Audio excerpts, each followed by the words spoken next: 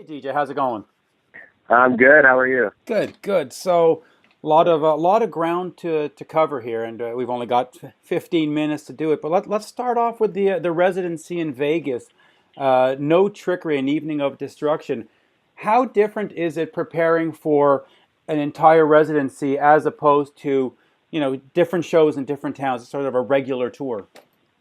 Well, it's quite different. I mean, for one, we get a chance to plant our feet into the ground stage, so to speak, for a good solid 3 weeks, Right. and which allows us many things. We can do a completely different, unique show for people. We don't have to tear down our show right after it gets to the next city. So, last residency, we were like flying pianos and aerial artists and strippers everywhere, and it was just a really fun experience. And I think that's the coolest part about doing the residency. Yeah, absolutely. Now, the last time you did it a year or two ago, you had videotaped it for a DVD release. Is that still coming out? I heard it is, and then I heard it wasn't, and I heard it is. It's one of those things where it's as unpredictable as the next song at our show. You just never know what to expect, pretty much. But hopefully, But yeah, I hope it does because they did like a crazy amount of camera shoot. It's all shot 3D, and it's really really cool. So hopefully the fans will get a chance to experience that soon. so you've been with the Bullet Boys, Beautiful Creature, 6 a.m., and of course now Guns N' Roses. How does it compare? How do the bands compare, and how does it compare for you working as the guitarist in Guns N' Roses as to those other projects? Well, it's completely different.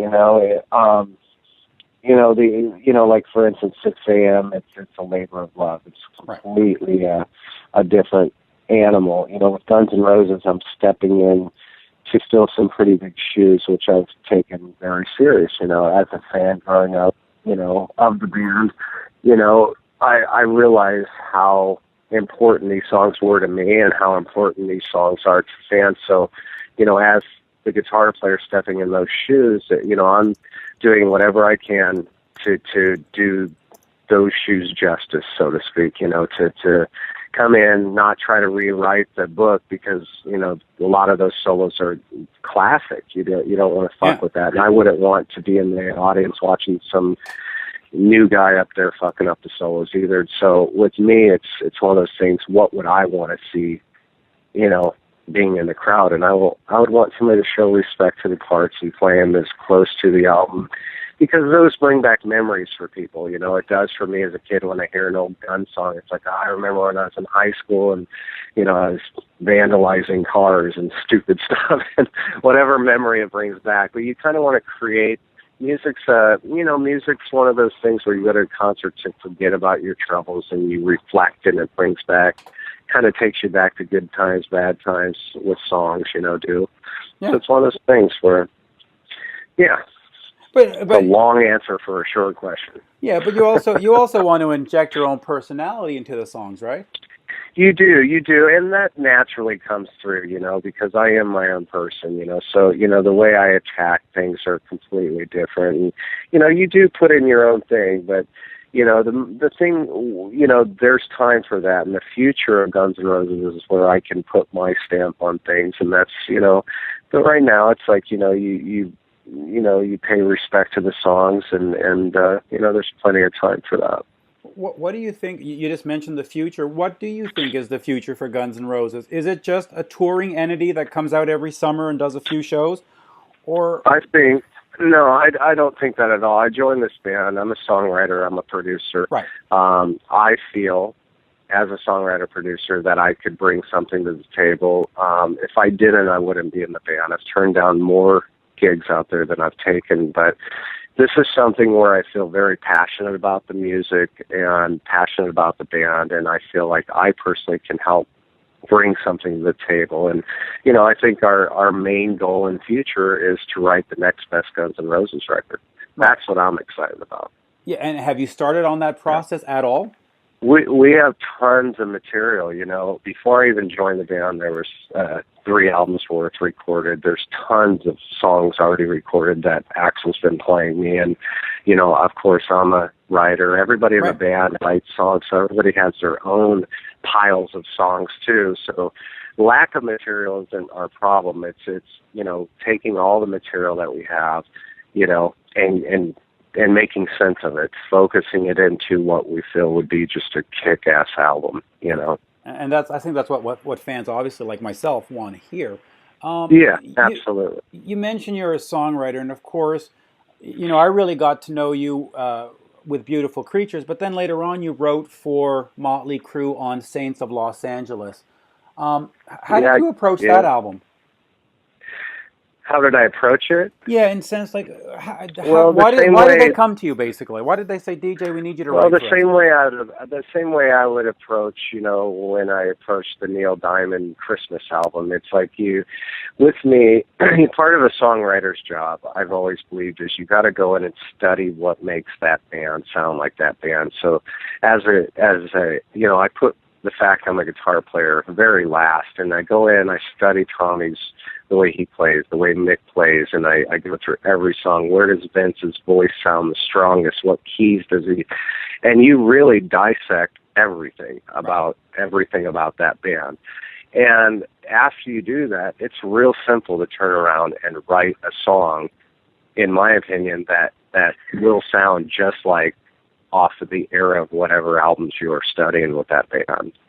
If you want to write something that sounds like it's off of Appetite for Destruction, well, you got to kind of start with the basics. You got to go study every guy's style in that band. And together, that chemistry is why that band sounded like it sounded.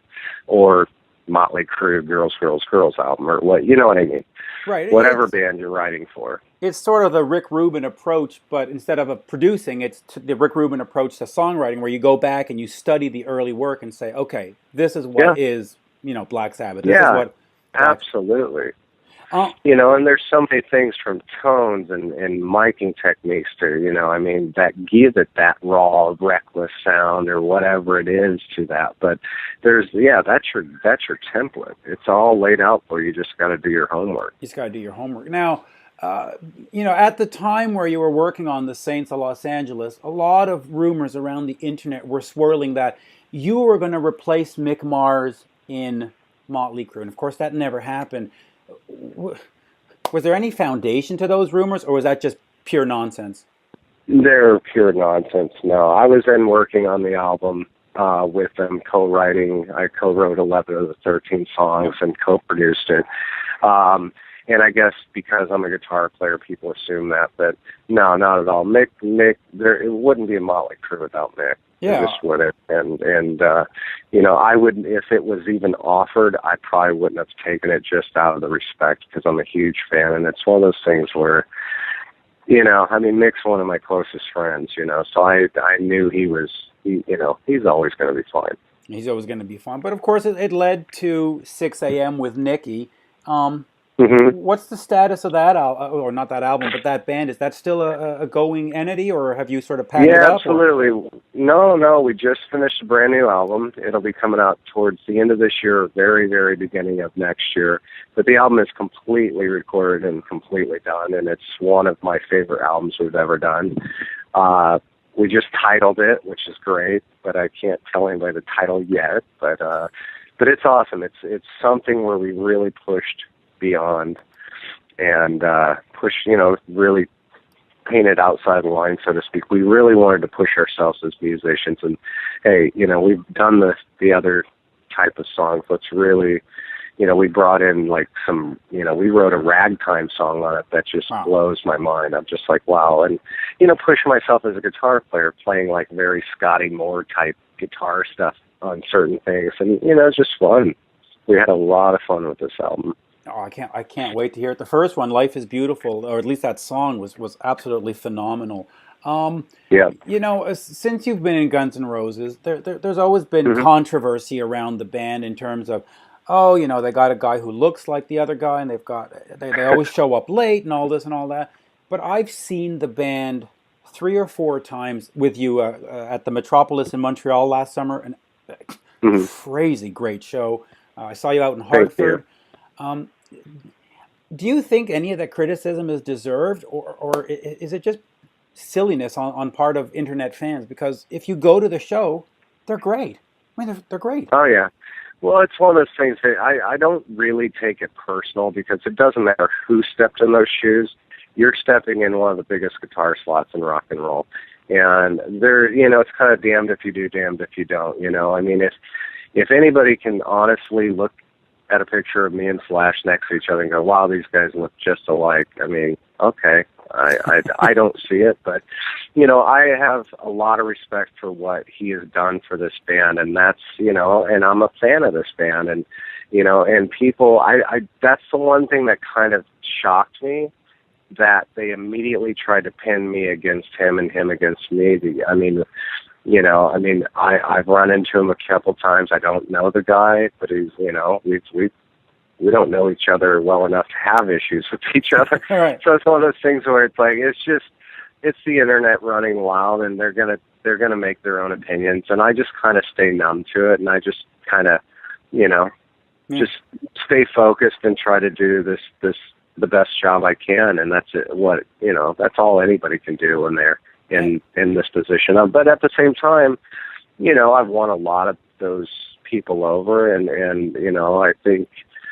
I think the more people are starting to dig and go, who is this guy? They're starting to realize, oh, wow, he's done this and that and this, and they know I'm just not fresh off the turnip truck. But it's one of those things where it's a tough gig because of that. But other than that, at the same time, I'm very honored, very thankful, and it's a blessing to be in a position like I am. So could be worse. It could be a lot worse, and I think a lot of people just there's been this constant criticism of the band starts late, but quite frankly, the band has always started around 10 o'clock when I've seen you. It's always been like right on time. Yeah, I think that's an old stigma. I mean, because since I've been in the band, granted, we've went on a few shows were late and whatever, but for the most part, the last year and a half, he's been dead on. And in fact, some of the shows we've gone on early, so, but you'll never hear about that, so it's one of those things, like I said, Guns N' Roses, it's kind of damned if you do, damned if you don't. Right. And the other thing you don't hear about is also the fact that you do about 30 songs a night. I mean, you'll go see any of the arena acts right now, and I don't want to start naming names to slag anybody, but they'll do 15 songs, pack it up, and go home.